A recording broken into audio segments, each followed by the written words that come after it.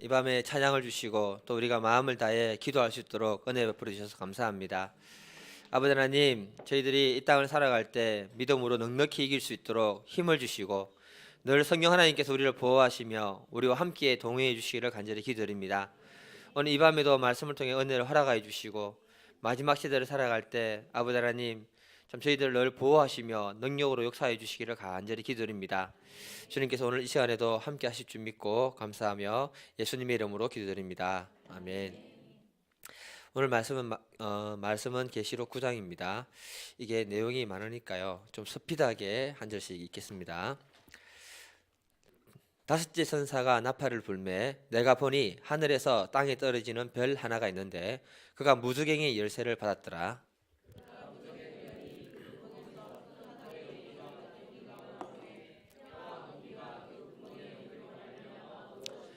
또 황충이 연기 가운데로부터 땅 위에 나오매 그들이 이 땅에 있는 정갈의 권세와 같은 권세를 받았더라.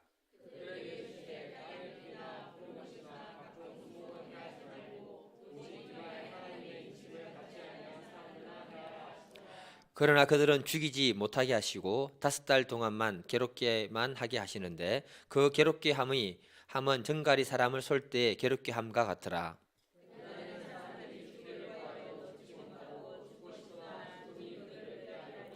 황충들의 모양은 전쟁을 위하여 준비한 말들 같고 그 머리에 금과 같은 관 비슷한 것을 썼으며 그 얼굴은 사람의 얼굴 같고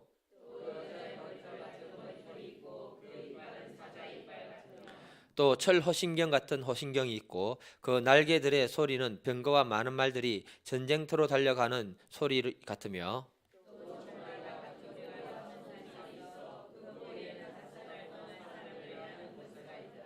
그들에게 왕이 있으니 무주갱이 사다라. 히브리어로는 그 이름을 아마돈이요 헬라어로는 그 이름이 아블루온이더라.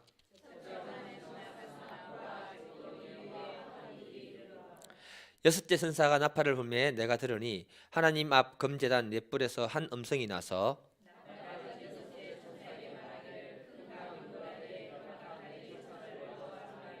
네 천사가 놓였으니 그들은 그 년 월 일시에 이르러 사람 3분의 1을 죽이기로 준비된 자들이더라.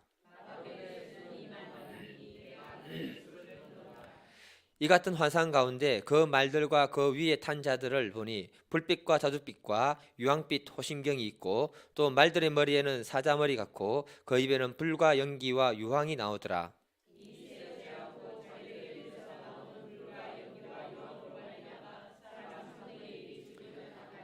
이 말들의 힘은 입과 꼬리에 있으니 꼬리는 뱀 같고 또 꼬리에 머리가 있어 이것으로 해하더라.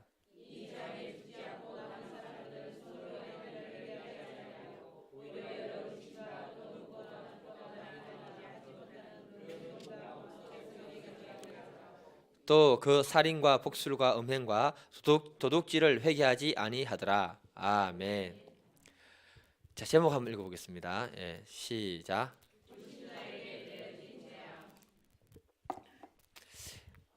지금까지 우리가 지금 계시록을 계속 살펴보고 있잖아요. 이게 계시록이요, 굉장히 까다롭고 어려운 부분 중에 하나입니다. 왜냐하면은 계시록을 잘 접해보지 않고 왔기 때문에 그런 것도 있고요. 또 내용들이 굉장히 환상적이고 이런 부분들이 많기 때문에 어렵습니다.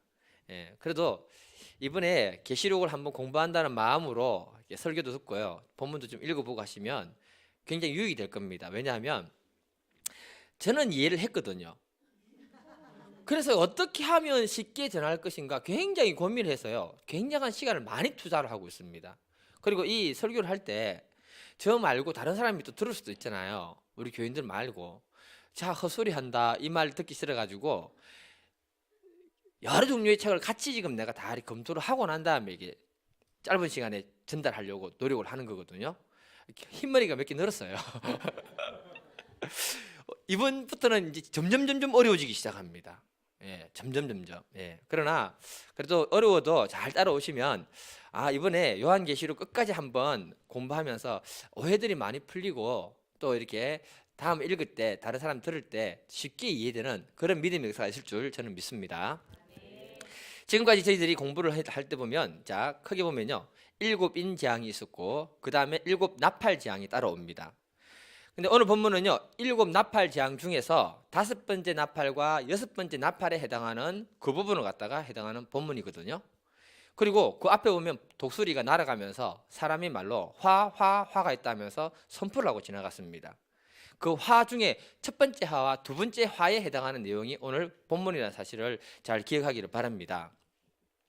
그리고요, 이 계시록을 보게 되면 이 재앙들을 학자들은 시간적인 순수로 봐야 할지 아니면 동시다발적인 문제로 봐야 할지 이 부분에 대해서 굉장히 말이 많습니다. 근데 제가 보는 관점은 뭐라 했습니까? 사도 요한이 환상을 본 그 순서대로 기록되어진 것이 뭐다? 계시록이다. 어렵게 생각하지 말고요. 그 환상을 보고 그 순서대로 기록되어진 것이 계시록이다. 그래서 우리는 이 계시록을 살펴보면서 알아야 되는 건 뭐냐 하면 그 재앙들이 점점 가면 갈수록 심해진다는 것을 갖다가 성경은 기록을 하고 있는 겁니다. 이게 뭘 의미하는가 하면요, 우리가 그 속의 내용을 하나하나 무엇인지 그 환상이 무엇인지를 다 보려 하지 말고요, 이 내용을 통해서 우리에게 전달하고자 하는 하나님의 메시지가 무언가를 듣고자 하면 그것만 들어놓아도 우리는 계시록이 어렵지 않게 우리 마음에 다가오는 거예요. 사실 말하지만 나도 환상에 오늘 본문에 나오는 황충이 이렇게 생겼다고 묘사됐기 때문에 그림으로 보여드리는 건지 그게 뭐다라고는 설명을 할 수 없습니다. 그냥 그대로 받아들이면 되는 겁니다. 또 이 앞으로 이 알아야 되는 것이 뭐냐 하면 독수리가 날아가면서 세 번의 화가 있다라고 선포를 했잖아요. 사람이 이 땅을 살아가면서 여러 가지 자연재해를 만나고요, 어려움들을 만나면요, 그 사람의 정신적으로 감정적으로 많은 것이 피폐해지고 위축을 당합니다. 그러잖아요. 그런데 짐승이 날아가면서 사람의 말로 알아듣도록 화가 있다라고 선포를 했으니 그 말 듣는 사람들의 마음은 더 위축을 시키고 더 뭐 하냐면 정신적으로 사람들에게 굉장히 고통을 주는 말이었다는 것을 기억해야 되는 거예요. 우리 사람의 마음에는요, DNA 속에 하나님이 우리에게 내리는 심판에 대한 두려움의 DNA가 딱 박혀져 있습니다. 창세기 때부터 보면 하나님이 노아 홍수 심판을 내리고 난 다음에 비만 내리면 사람들이 놀랄까 싶어서 뭘 허락하십니까? 무지개 언약을 허락하심으로 뭘 하냐면 놀라지 마라, 심판 아니다. 그렇게 위로를 해준 거예요. 이해가 되시죠? 사람들의 마음에는 그게 있다는 거죠. 그리고 노아 홍수 이후로 인해 가지고 시간이 지나면서 니무롯이 바벨탑을 쌓는 이야기를 기록하고 있습니다. 우리 창세기 11장 4절을 같이 한번 읽어볼게요. 창세기 11장 4절, 같이 읽겠습니다. 시작.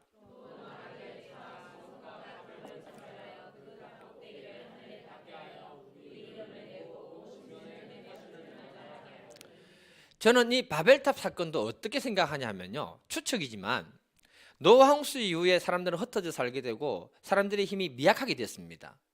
그렇기 때문에 이들은 흩어지면 자기들에게 힘이 약해지기 때문에 두려움 그것을 이게 커버하기 위해서 높은 바벨탑을 하늘 꼭대기까지 쌓고 사람들이 흩어지지 않고 모여 살고자 하는 그 두려운 심리가 그 안에 반영되어져 있다라고 저는 추측을 합니다. 그처럼 사람은요, 재앙이나 어떤 어려움들을 많이 겪다 보면 마음에 자리 잡는 것이 뭐냐, 트라우마가 자리 잡히는 거예요. 그래서 많은 사람들이 이 트라우마 때문에, 자연재해에 대한 트라우마 때문에 우상숭배로 이어지는 경우들이 굉장히 많습니다. 이것처럼 우리의 마음에 재앙이나 어떤 재해를 통해서 어려움을 당해본 사람들은 정말 사소한 문제, 비슷한 문제만 나타나도 마음에 또 당황하는 그 위축이 다가오는 거예요. 저도 그런 걸 굉장히 많이 경험했거든요. 그래서 우리가 이 계시록에 있는 그 사람들은요, 지금 우리가 그 안에 있는 것인지 앞으로 올 것인지는 모르겠지만 많은 재앙을 통해서 이미 정신적으로, 육체적으로 큰 트라우마가 그들의 심령 가운데 DNA 속에 있다라고 이렇게 생각하시고 읽으면 굉장히 성경이 이해가 빨라질 것이라고 저는 생각합니다. 하나님이 이런 재앙을 주시는 근본적인 이유가 뭐라 했습니까? 이런 재앙을 통해서 회개하고 구원받기를 원하는 하나님 마음의 메시지를 전달한다고 말씀드렸잖아요. 그럼에도 불구하고 마지막 시대가 되면 계시록 9장 20절 21절 끝에 보니까 아무도 회개하지 않고 오히려 더 우상 숭배를 하고 엉뚱한 길로 가더라, 이렇게 기록을 하고 있습니다.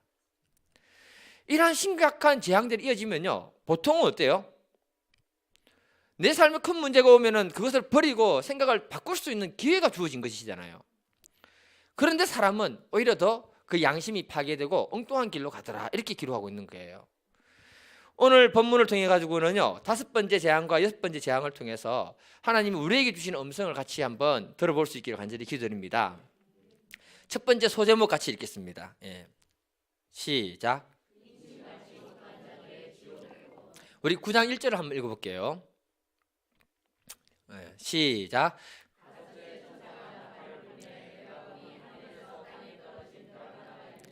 그가 무주갱의 열쇠를 받았더라. 5번째 나팔을 불 때 하늘에서 땅으로 떨어지는 별 하나가 있다라고 이렇게 기록을 했습니다. 예. 그리고 보면 또 무주갱의 열쇠를 받았다라고 이렇게 기록을 하고 있거든요. 그래서 9장 1절을 보면 그가라고 이렇게 3인칭 인칭 대명사를 사용했다는 거예요. 그러니까 뭐냐면 어떤 인격적인 존재라는 사실을 알 수가 있겠죠. 그럼 누구냐? 계시록 20장 1절을 같이 한번 읽어볼게요. 적어놨는데 모르겠네. 안 적어놨죠 제가. 이거 같이 읽어볼게요. 같이 계시록 20장 1절. 네, 시작. 내가 봄에 천사가 무주갱의 열쇠와 큰 열쇠 사슬을 그의 손에 가지고 하늘로부터 내려와서, 계시록 20장 1절에서 뭐라 했냐면은 천사가 무주갱의 열쇠를 가지고 큰 쇠 사슬을 가지고 하늘로부터 내려왔다 이래 했거든요. 그리고 계시록 9장 본문 2절도 보면요, 무주갱의 열쇠를 가지고 무주갱을 그가 열었다라고 이렇게 얘기하고 있거든요. 그러니까 많은 학자들이나 요한계시록을 기록하신 분들 보면은 하늘의 별이 땅에 떨어졌을 때 그걸 갖다가 사탄이라고 이렇게 얘기를 하는 분들이 있습니다. 예, 그런데 그게 아니에요. 예. 계시록 21장을 기초로 해보면요, 하나님이 그 천사에게 그 무주갱의 열쇠를 줬다라고 이렇게 하고 있거든요. 그래서 뭐냐면은 우리가 기억해야 되는 게 뭐냐면요, 히브리어 원문을 보게 되면 막 내려온 별로 되어 있습니다. 하늘에 떨어진 게 아니고 막 내려온 별. 그래서 이것을 가리켜서 뭐라고 얘기하느냐면요, 사탄이 떨어진 것이 아니고 천사가 재앙을 위해서, 심판을 위해서 그 무주갱이 열쇠를 가지고 보냄을 받았다는 것으로 이렇게 해석해서 전달하고 있는 거예요. 이건 제 말이 아니고요, 많은 학자들이나 그 이렇게 기록하신 분들 책들을 보면은 대표적으로 그렇게 이야기를 하고 있습니다.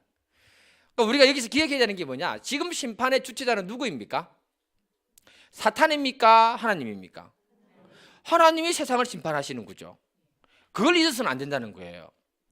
심판의 주체가 우리 하나님이기 때문에 하나님이 이 세상을 심판할 때 그 천사를 통해서 그 심판을 하도록 그 일을 행하고 있다는 것을 우리에게 말하고 있는 겁니다.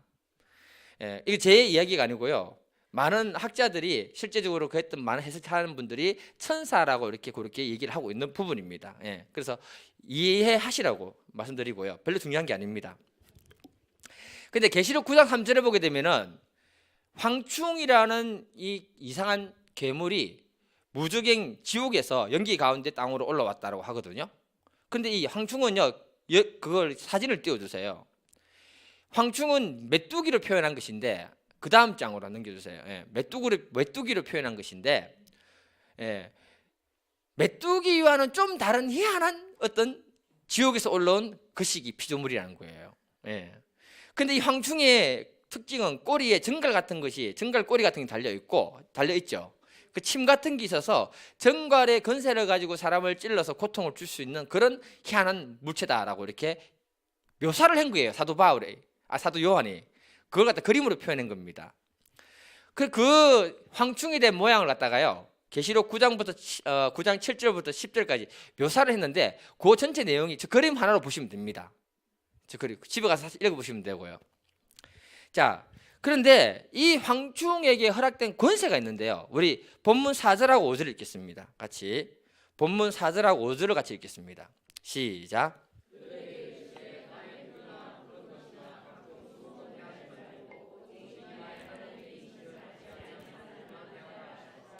그러나 그들은 죽이지 못하게 하시고 5달 동안 괴롭게만 하라 하시는데 그 괴롭게 함은 정갈이 사람을 쏠 때 괴롭게 함과 같더라.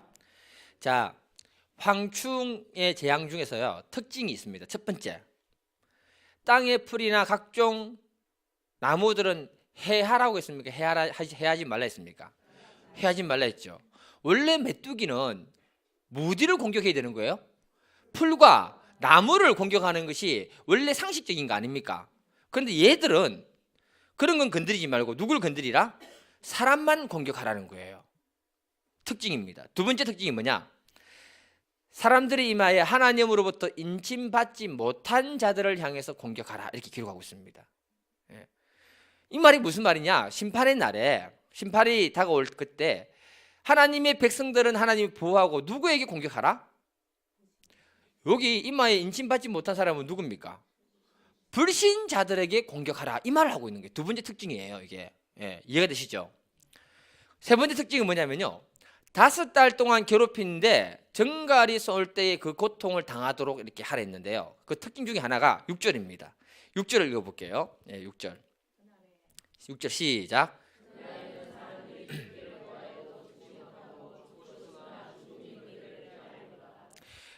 이 황충 재앙의 특징은요, 사람만 공격하고요, 하나님의 인이 이마에 없는 사람들을 공격하는 것이고요, 그리고 5달 동안 공격하는데 사람이 죽고 싶어도 죽을 수 없도록 죽음이 피해가는 그런 재앙이라고 얘기하고 있는 거예요.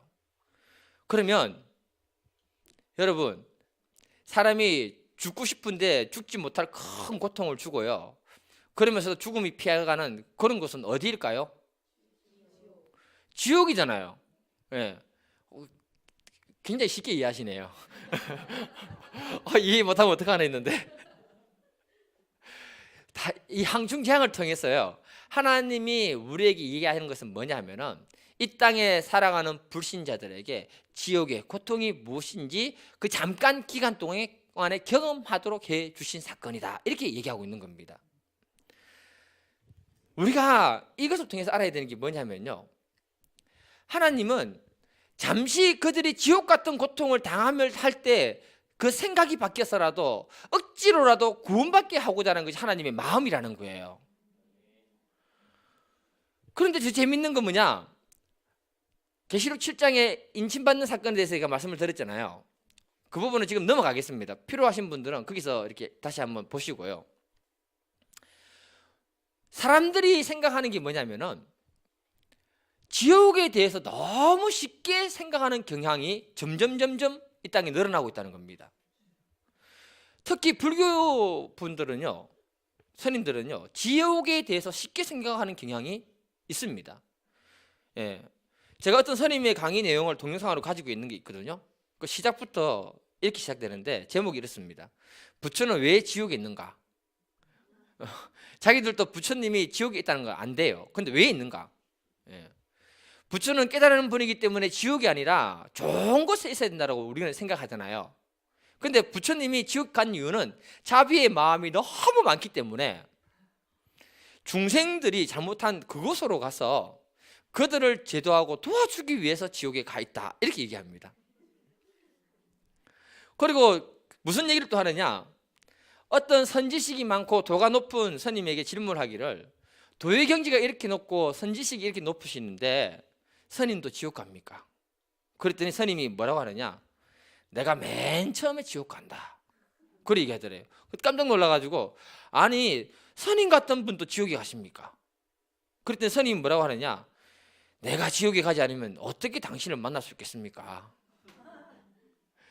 그 불교 스님이 강의할 때는 사람들이 많이 웃더라고요. 그 불교에 관련돼 있는 분이 오셔가지고, 저는 안 웃었는데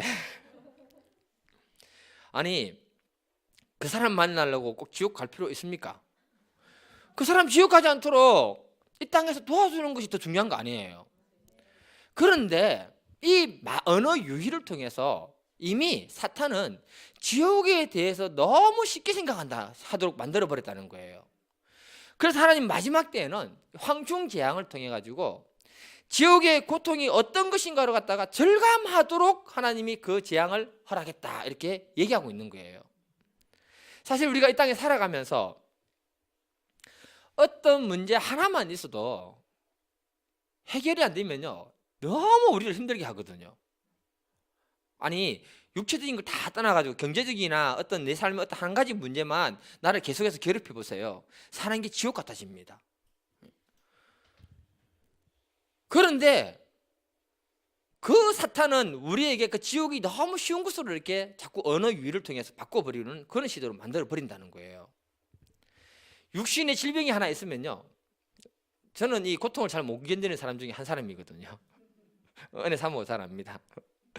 근데 우리 몸에 고통만 하나 있어도 밤새도록 잠을 못 자고 설치기만 해도 그게 하루 이틀은 괜찮습니다.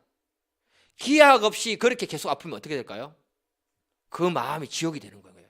지옥이 되는 거예요.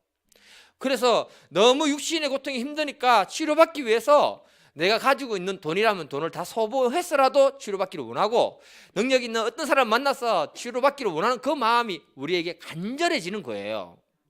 이해가 되시죠? 지옥이 주는 그 영원한 고통을 생각하면 두려움이 몰려와야 되고, 그것 때문에 이 사람의 생각이 바뀌어야 되고 라이프 스타일이 바뀌어져서 예수를 영접하는 믿음의 역사가 있어야 되는데, 마지막 시대가 되면 지옥을 너무 쉽게 생각하기 때문에 주님 앞에 사람들이 돌이키지 않는다는 것을 성경은 말하고 있다는 거예요. 우리가 지옥을 너무 쉽게 생각하지 않기를 기도드립니다. 사탄은 자기를 숨기는 자입니다. 그래서 오늘날 사탄은요, 우리 마음에 이상한 거짓 사상을 막 심어주잖아요. 이슬람에서 제일 무서운 게 뭔가 아십니까?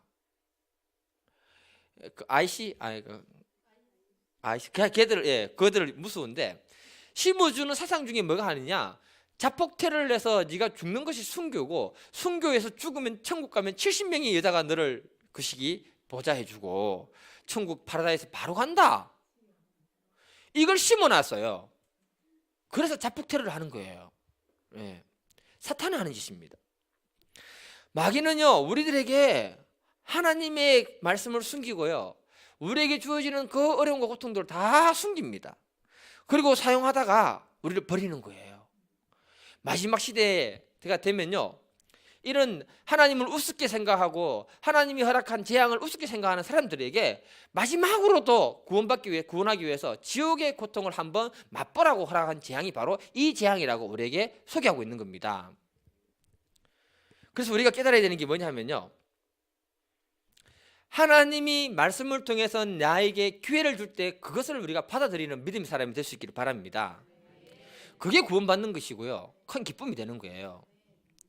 저는 개인적으로 늘 교인들에게 한 번쯤은요 설교하고 싶은 게 뭐냐, 천국과 지옥에 대한 설교를 진하게 한번 하고 싶을 때가 있어요. 왜냐하면 뭐 다 천국 가시는 분들인데 뭐 지옥 갈 사람이 있을까 싶어서 하는 게 아니라,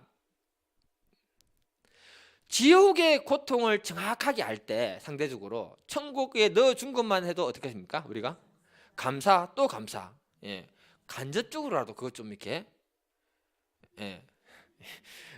경험하면 구원받았다는 사실이 굉장히 감사할걸요. 그래서 매주 주일마다 올 때마다 구원해 주셔서 감사합니다, 주님 감사한 건 딱 매주 그럴 거라고요.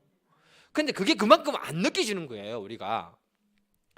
저는 어른들에게도 천국과 지옥에 대한 설교를 하고 싶지만요, 중고등부나 어린애들까지 좀 하고 싶어요. 왜 그러냐, 어른들은 이미 마음이 애들보다는 딱딱하게 굳어져 있거든요.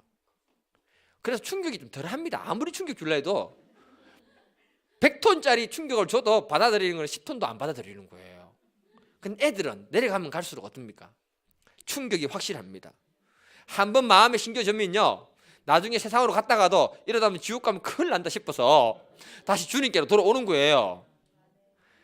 근데 이 충격 주면은 교회 다니는 부모님들이, 아니 목사가 아이들에게 그런 충격을 왜 주냐면서, 그런 소리 왜 하냐면서 그렇게 얘기합니다. 제가 들었거든요. 제가 영신교회 있을 때 천국과 지옥에 대해서 애들에게 설교를 찌하게 한번 했습니다. 교회 이름 얘기하면 안 되는데. 저는 우리가 교회에 온다고 해서 다 천국 가는 거 아니잖아요.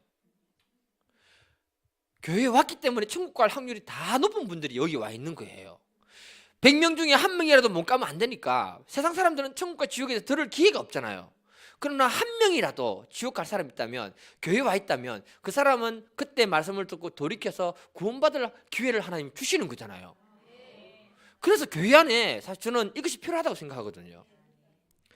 인터넷에 돌아다니는 천국과 지옥 간증들은요, 예, 검증이 많이 필요합니다. 그 함부로 들으면 안 됩니다. 예, 함부로 들으면 안 됩니다. 예, 말씀드렸습니다. 그런데 참고해 볼 만한 건 있어요. 제가 가장 인상 깊이 받아들이는 천국과 지옥 간증이 있는데, 한 여자 화가가 2009년부터 약 1년 정도를 철학 기도를 굉장히 열심히 했대요. 그때 주님이 찾아오셔가지고 이 여자분을 천국과 지옥으로 이렇게 데리고 갔는 거예요. 그리고는 그림으로 그려서 세상 사람들에게 알려라 그런 거예요. 그림 띄워주세요. 그림 넘기고, 이 갤러리를 직접 했습니다. 해가지고 자기가 천국과 지옥을 보고 와서 지옥의 고통은 전부 그림들 다 했어요. 그 중에 몇 가지를 소개해 드릴게요. 넘겨보세요. 이 사람이 따라가면서 바짝 따라가면서 있었던 그 그림을 펴낸 건데, 또 넘겨보세요. 뭐냐, 아마 저 사람은 목사가 아닐까 싶어요. 교회에서 공금을 횡령한 자인데 온몸에 침으로 찔렸습니다. 자, 넘겨보세요. 저래요. 온몸에. 여러분 침 맞아보세요. 얼마나 아픈데 온몸에 다 꽂혀보세요. 저걸 언제까지 한다? 영원토록. 예, 넘겨보세요. 지옥 가면요, 모자지간인데요, 모자의 정이 없습니다. 예, 서로 살려고요. 엄마가 지금 아들 지금 밟고 올라가는 거예요. 예, 넘겨주세요. 더 없나? 예, 없네. 예, 더 많이 있는데 그냥 시간상 제가 잠깐 맛배기로 보여드렸습니다. 그러니까 우리가 늘 생각해야 되는 게 뭐냐면, 마지막 시대를 살아가면서 믿음의 사람으로서 하나님을 사랑하고 그분을 통해서 성령의 인침을 받은 사람들이라면 정말 우리가 감사하고 또 감사해야 될 줄 믿습니다. 그 마지막 시대에 하나님이 재앙을 내려서 벌을 할 때 그 백성들은 지키고 불신자들에게 지옥의 맛을 보여주었다. 얼마나 감사한 말씀인지 몰라요. 그러면서 그들에게 지옥의 경험을 통해서 회개하고 돌아올 수 있도록 하나님이 그 기회를 주시는 그 하나님의 사랑을 알 수 있기를 간절히 기도드립니다. 두 번째, 우리 소제목 같이 한번 읽어볼게요. 소제목, 예, 시작. 죽음이 예비된 마병재앙인데요, 두 번째, 여섯 번째 나팔 같이 한번 보겠습니다. 9장 19, 13절 같이 읽어보겠습니다. 9장 13절 시작. 여섯째 천사가 나팔을 불매 내가 들으니 하나님 앞 금제단 네 뿔에서 한 음성이 나서, 여섯째 천사가 나팔을 부니까 하나님의 앞에 금제단이 있는데 네 뿔에서 음성이 나왔대요. 제가 성막을 같이 이렇게 같이 한번 말씀을 드렸는데, 들어가게 되면 번제단이 있는데 번제단에 네 뿔이 있거든요. 예, 아마 그걸 상징하는 것이 아닌가 저는 추측을 해봅니다. 근데 그 뿔에서 뭐라고 하느냐, 14절을 보면은 나팔 가진 여섯째 천사에게 말하기를 큰 강 유브라데에 결박한 네 천사를 놓아주라 하며, 예, 유브라강에 결박된 네 천사를 놓아주라고 이렇게 얘기를 합니다. 이 네 천사에 대해서도 여러 가지 의견이 많습니다. 근데 저는 본문의 흐름상 이렇게 이해를 합니다. 하나님이 마지막 때에 큰 전쟁이 일어나지 않도록 네 천사들을 세상 사방에 포진시켜 놓고 봉인하고 이렇게 딱 눌러두었던 그것을 마지막 때 이때에 그 봉인을 해제한다는 거예요. 그러면 큰 전쟁이 일어나는데 그 전쟁을 위해서 준비된 사람들이 16절에 보니까, 16절 읽어볼게요. 예, 시작.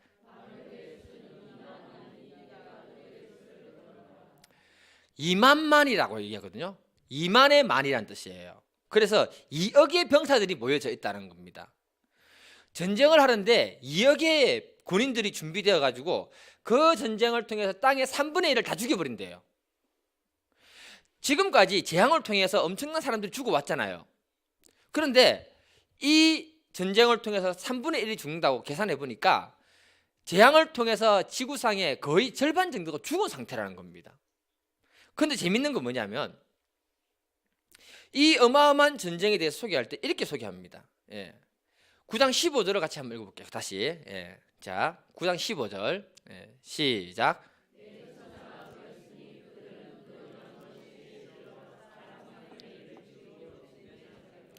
전쟁이 있기는 있는데 날짜를 정확하게 안다고 합니까? 모른다고 합니까? 모른다고 하면 그 연월 일시는 알 수 없다라고 이렇게 얘기했습니다. 무슨 말이냐? 이 전쟁은 반드시 있는 일이지만 하나님의 주권과 계획 속에 정해진 일이기 때문에 사람은 알 수 없다. 예. 여기서 우리가 생각해 봐야 되는 게 뭐냐 하면요, 인류 전쟁이 마지막 시대에 일어나서 사람들이 죽을 때요, 이것이 실제 전쟁인지 아니면 상징적이고 영적인 전쟁인지 이 부분에 대해서 한번 생각해 볼 필요가 있습니다. 만약에 실제 전쟁이라고 생각해 볼게요. 이 전쟁으로 3분의 1이 죽으면요, 4인 가족을 기준으로 하겠습니다. 4인 가족을 기준으로 하면 한 명 이상이 죽는다는 말이잖아요. 맞지요? 예. 그러면 이 지구상에 살아가는 사람들은요, 전부 가까운 가족을 한 명 이상 어떻게 했다? 다 죽었다. 그러면 그 죽음으로 인해서 사람들이 지금 어떻게 될까요? 가까운 사람이 죽었으니까 잘 죽었다 이럽니까? 어떡합니까? 애통하고 애곡하고 통곡하는 소리가 전 사방으로 다 퍼져나가 버리는 거예요. 마치 뭐하고 똑같은 거 아세요? 하나님이 이스라엘 백성들을 출애굽할 때 어땠습니까? 애굽의 왕이 말을 안 들으니까 재앙을 10가지 내릴 때 마지막 재앙이 뭡니까? 장자 재앙이잖아요. 장자, 짐승부터 사람까지 첫 번째 태어난 모든 생명은 다 죽여버린 거예요. 그때 애굽 전체가 어떻게 됐습니까? 모든 사람들이 통곡하는 역사가 일어난 거예요. 사망 권세가 그 지역을 완전히 사로잡아 버린 거예요. 그리고 난 다음에 그 백성이 출애굽해서 하나님이 보내버렸습니다. 예. 무슨 말이냐 하면요, 아마도 휴거가 언제쯤 있을까 생각할 때 성경에는 휴거라는 단어가 있습니까 없습니까? 제가 계시록 공부하면서 강조했습니다. 없다 했습니다. 들림 받는다는 말이 있어도 휴거라는 말은 없습니다. 예. 그러나 하도 익숙해져 있어가지고 사용하는 것 뿐입니다. 저는 마지막 때에 하나님께 들림 받을 때요, 바로 애굽의 마지막 심판을 내리고 그 백성들을 출애굽시킨 것처럼 그때 그렇게 하지 않을까, 저는 그렇게 추측이 됩니다. 이 부분은 뒤에 가서 다루겠습니다. 중요한 건 뭐냐면요, 그때 그 재앙을 내렸을 때 애굽 왕의 마음이 바뀌었습니까 안 바뀌었습니까? 바뀌었죠. 일단은 바뀌었죠. 바뀌어가지고 그 백성들 어떻게 했습니까? 내보냈죠. 그럼 다시 완악해졌죠. 완악해졌기 때문에 그는 모든 걸 다 잃어버렸잖아요. 하나님이 마지막에 구원하고자 하는 그 사람들의 그 구원의 갈망을 우리 생각해 볼 필요가 있는데요, 이 재앙을 통해서라도 깨달아서 돌이키고 마음을 잠깐이라도 바꾸는 사람을 찾고 계신다는 거예요. 그럼 그때라도 빨리 구원해 버리려고. 이해되시나요? 예. 빨리 구원해 버리려고. 그런데 문제는 20절 21절 한번 읽어볼게요. 20절하고 21절. 예. 시작. 이 재앙에 죽지 않고 남은 사람들의 손으로 행한 일을 행하게 하지 않고 오히려 여러 귀신과 또는 보거나 듣거나 다니거나 하지 못하는 검은 동과 목속의 우상에게 절하고 또 그 살인과 복술과 음행과 도둑질을 회개하지 아니하더라. 끝까지 하나님을 거부하더라. 이렇게 얘기하고 있는 겁니다. 그래서 하나님은 마지막 심판으로 이 세상을 심판으로 끝내버리는 거예요. 근데 이렇게 해서 사람들이 살아남았을 때 살아남은 사람들은 정말 지독한 사람들만 다 살아남은 겁니다. 이해되십니까? 지독한 사람들만 살아남았기 때문에 그 사람들의 정신체계나 마음세계나 그 다음에 정서적인 것은 모두 황폐해져 있다는 것을 우리에게 말해주고 있는 거예요.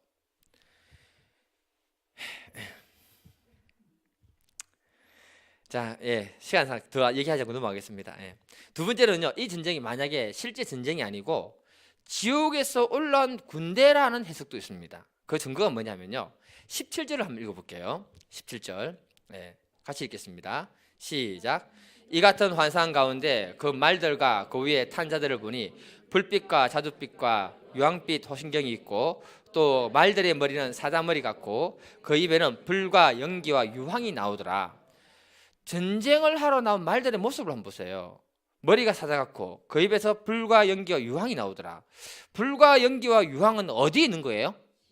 지옥에 있는 거죠. 18절을 제가 공동번역으로 읽어드릴게요. 좀 쉽게.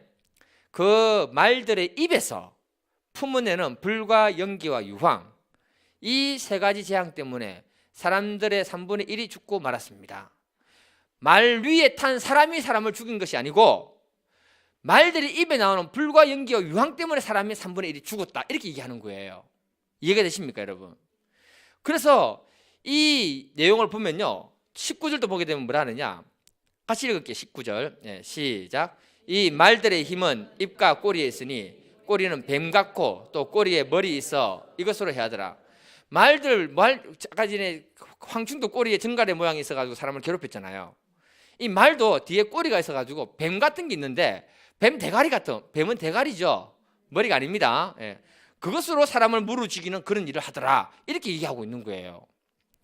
그래서 뭐라고 하느냐면, 이것은 이 땅에서 일어나는 전쟁이 아니라 무적행 속에서 앞에 본문하고 황충제하고 같은 것으로서 지옥에서 그 군사들이 일어나서 인침받지 못한 그 세상 사람들에게 죽음을 갖다가 선물로 주는 그 재앙이다, 이렇게 얘기하는 분들이 있다는 거예요. 안 봐서 안다, 모른다? 모른다, 그렇게 추측만 한다.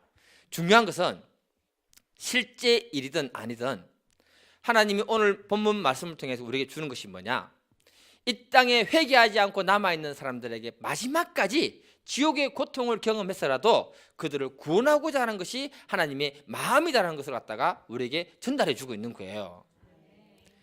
여러분, 우리가 알아야 되는 게 뭐냐면요, 마귀는 하나님을 대적할 뿐만 아니라 하나님이 우리에게 허락한 축복도 가리고, 하나님을 떠난 사람들에게 주는 저주도 마귀는 가리는 거예요. 그리고 난 다음에 범죄하고 난 다음에 그 저주를 우리에게 가져와서 덮어 씌워서 그 굴레로 우리를 갖다가 저주의 구렁텅이로 빠뜨리는 것이고요. 하나님의 축복을 알지 못하게 해서 우리로 하여금 계속해서 우상 숭배와 다른 곳으로 빠지도록 하는 것이 그 마귀의 역사다, 이렇게 얘기하는 겁니다. 제가 우리 교회에 그때 빌립 전도를 할 때 있죠. 빌립 전도를 할 때 어디를 전도로 갔냐면은 무당 전도를 하러 갔거든요. 그때 가신 분도 많죠. 우리 교회 분들 다 갔는데 황남동 갔거든요. 황남동 가면 대나무가 많이 꽂혀 있잖아요. 갔는데 어떤 할아버지를 만났는데, 할아버지인데 양쪽에 귀걸이를 딱 하고 있는 거예요. 할아버지가 좀 보통은 안 하잖아요. 그리고 이제 할머니를 만났는데 할머니 딱 째려보면서 왜 왔어, 이러더라고요. 영하네. 전도를 왔는데요. 그리고 선물 가지고 왔거든요. 선물을 이렇게 이거 교회에서 전도하면서 드리라고 주는 거예요. 하면서 선물 주고, 그러면서 내가 할머니한테, 아이고 할머니 뭐 요즘 뭐 장사 잘 됩니까? 그렇게 얘기를 했더니 할머니 하시는 말, 자기가 젊을 때 굉장히 잘 나가는 무당이었대요. 굉장히 잘 나가는 무당의 말들은 대부분 거짓말입니다. 그런데 나이 먹고 힘 빠지니까 자기가 생기는 장군 할아버지가 그 시기가 자기를 버리고 도망갔대요. 그리고 지금은 온몸이 병으로 가득하고 저주로 가득하다고 자기 입으로 얘기했습니다. 입으로. 그래서 제가 예수 믿으면 된다, 예수 믿어봐라 그러는데 예수를 영접 못하더라고요. 이미 뭐가 됐다는 거예요? 양심이 예수를 영접할 수 없을 만큼 황폐해졌고 화인마다 버렸다는 거죠. 그리고 두려움에 빠져 있는 거예요. 두려움. 예수를 믿는 자체를 두려움인 거예요. 엄청 두려워하는 거예요. 그러니까 그걸 보면서 알았던 건 뭐냐, 악한 영들은 마지막까지 우리를 속이고 이용하다가 필요가 없을 때 다 우리를 버려버린다는 거예요. 자, 오늘 본문을 보시면, 자, 지금 세상을 보게 되면 사탄 숭배자들이 굉장히 많이 늘어나고 있습니다. 미국에는요. 그러면 사탄을 숭배하고 우상 숭배하고 사탄에게 자기를 드렸던 사람들이면 마지막 때에 올라와서 그들을 재앙으로 고통 주고 힘들게 하면 됩니까, 안 됩니까? 상식적으로 자기 편을 괴롭히면 됩니까, 안 됩니까? 아니다라는 거죠. 괴롭히면 안 되죠. 마귀의 목적은 이걸 통해서 가르쳐 주는 게 뭐냐, 우리를 파괴하는 것이 그들의 목적이라는 걸 분명히 밝혀주는 게 오늘 본문 이야기라는 겁니다. 그런데 하나님은 자기 백성을 어떻게 한다? 끝까지 지키고 보호해 주신다. 그래서 구원받은 우리 믿음의 백성들은 이 땅을 살아갈 때 자신감이 생긴다고 생각해요. 마지막이 되면 될수록 하나님의 영이 우리를 지켜주시고 보호하시기 때문에 세상 사람들은 우리를 보고 어떻게 한다? 아, 하나님이 있구나, 그걸 알고 회개하고 돌이키도록 하나님이 그 일을 하기 위해서 우리를 지키고 보호하시는 줄 믿습니다. 우리가 오늘 이 시간에 같이 기도할 때 나를 구원하신 그 주님에 대한 감사와 기쁨이 있기를 간절히 기도드립니다. 그리고 마지막 때에 나를 통해서 하나님 다른 사람들을 구원할 수 있는 그런 믿음의 사람이 될 수 있도록 오늘 이 밤에 다 같이 우리 주여 삼창하고 기도하도록 하겠습니다. 주여, 주여, 주여.